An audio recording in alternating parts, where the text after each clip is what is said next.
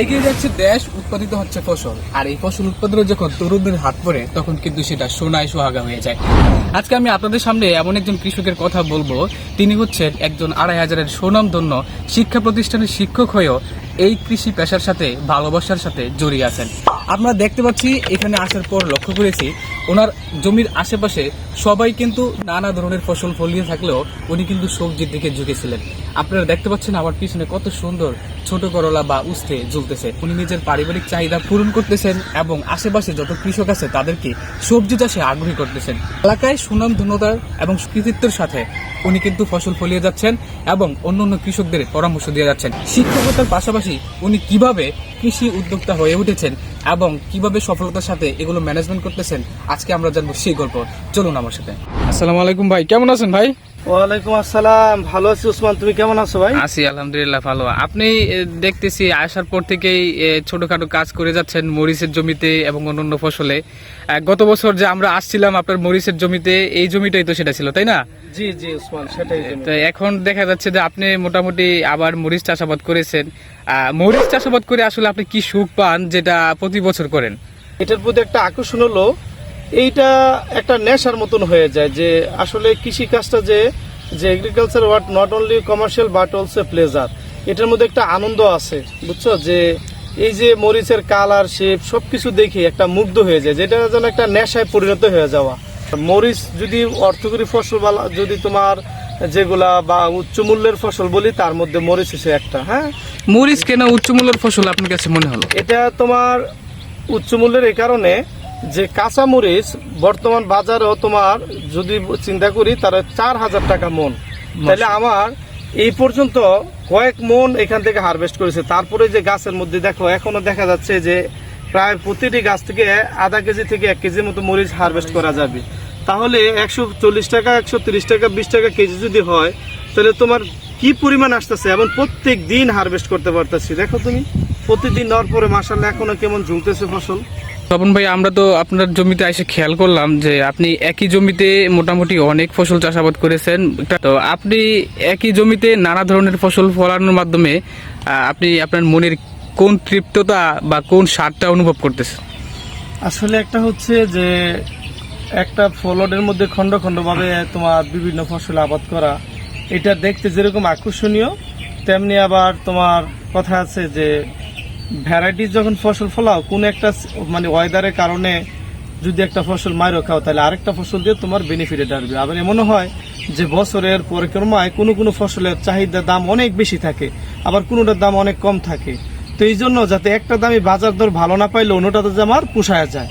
হ্যাঁ, আরেকটা হচ্ছে এই যে সব ফসল করাতে আমি নিজে থেকে কি আমার পরিবারের যে চাহিদা, সেটাও মানে তোমার সবজি চাহিদা মিটে যায়, এবং যে অতিরিক্ত অংশ সেগুলা বাজারে বিক্রি করে একটা ভালো মুনাফা পাওয়া যায়। এটা হচ্ছে রানী, দেখতে কিন্তু সে রানীর মতনই। কাটা খাস কাটা সুন্দর এবং খেতে খুব সুস্বাদু, তোমার তিক্ত কম, আর প্রত্যেক দিনেই হারভেস্ট করতে পারতেছি। কতদিন যাবত হারভেস্ট করতেছেন? এটা 1 মাস, রোজার আগ মুহূর্তে হারভেস্ট করা শুরু হয়েছে আর কি।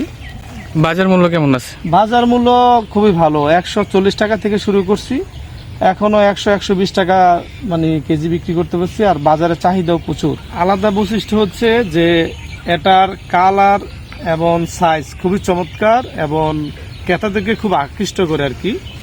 আর এটা হচ্ছে খেতেও খুব সুস্বাদু, যে মানে উস্তে করলার একটা ধর্ম হচ্ছে তিতা, কিন্তু তিক্ততা, কিন্তু এটা তেমন একটা তিক্ত স্বাদ না, এটা খুব মিষ্টি তিক্ত এবং খেতেও খুব স্বাদ। এই কতটুকু জায়গা চাষাবাদ করেছেন এখানে? এটা এই জমিটা হচ্ছে টোটাল 23%। তো এর মধ্যে 2% মতন আছে এই উস্তাটা। প্রতিদিন আমার 4-5 কেজি, কোনোদিন বেশি বা একটু কম, এরকম করে আমি টেন্টেটিভ একটা হারভেস্ট করা যাচ্ছে আর কি। এর স্থায়িত্বকাল 5 থেকে 6 মাস। আসলে মানুষের যেরকম রোগ ব্যাধি আছে, তেমনি গাছগাছালি ফসলের অনেক রোগ ব্যাধি আছে। যেরকম প্রথমত হইল এই উস্তা চাষ করতে গেলে যেটা সমস্যা বোধ করি আমরা, পাতা জলসানো একটা ধরনের একটা সমস্যা, ওটার জন্য ছত্রাকনাশক। তারপরে আরেকটা হচ্ছে যে ফল ছিদ্রকারী যেটা, হ্যাঁ, ফুড ফ্লাই, ওটার জন্য যে আমি ফেরোমন ট্যাব ইউজ করতেছি, ইউলু ট্যাব, ওগুলা দিচ্ছে, এবং পাশাপাশি অতিরিক্ত জন হয় তখন এটার জন্য আমি কীটনাশক স্প্রে করি আর কি। আপনি এখানে আধুনিক কি পদ্ধতি অবলম্বন করেছেন যেটা অন্যান্য কৃষকরা করে না সচরাচর? যেটা হচ্ছে অন্যান্য কৃষক এই মাটি খুঁড়ে মানে বীজ বপন অথবা চারা রোপণ করে দেয়, মানে এখন যে আধুনিক স্মার্টের মধ্যে আছে যে মালচিং পেপার, এই পেপার ইউজ করে না। যেমন এই যে মালচিং পেপার আমি ইউজ করেছি, এতে করে কি হচ্ছে যে আমার এখানে আর্দ্রতা ধরে রাখছে, ঘাস হচ্ছে না।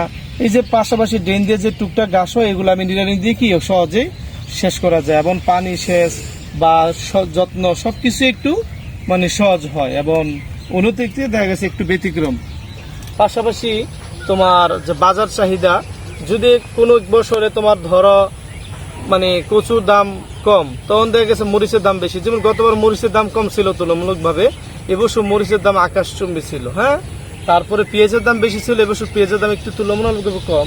টমেটোর দাম গতবার ছিল না, টমেটোর দাম আসছে। তারপরে যে ঢেঁড়স এখনো 140-100 টাকা কেজির মতো বিক্রি হচ্ছে।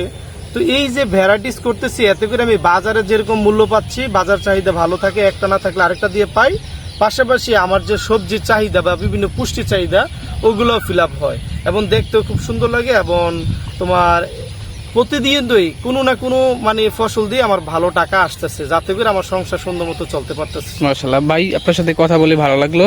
ভালো থাকবেন, ইনশাল্লাহ দেখা হবে আবার কোনো একদিন। আল্লাহ হাফেজ। আল্লাহ হাফিজ, ধন্যবাদ তোমাকে অসংখ্য সময় দেওয়ার জন্য।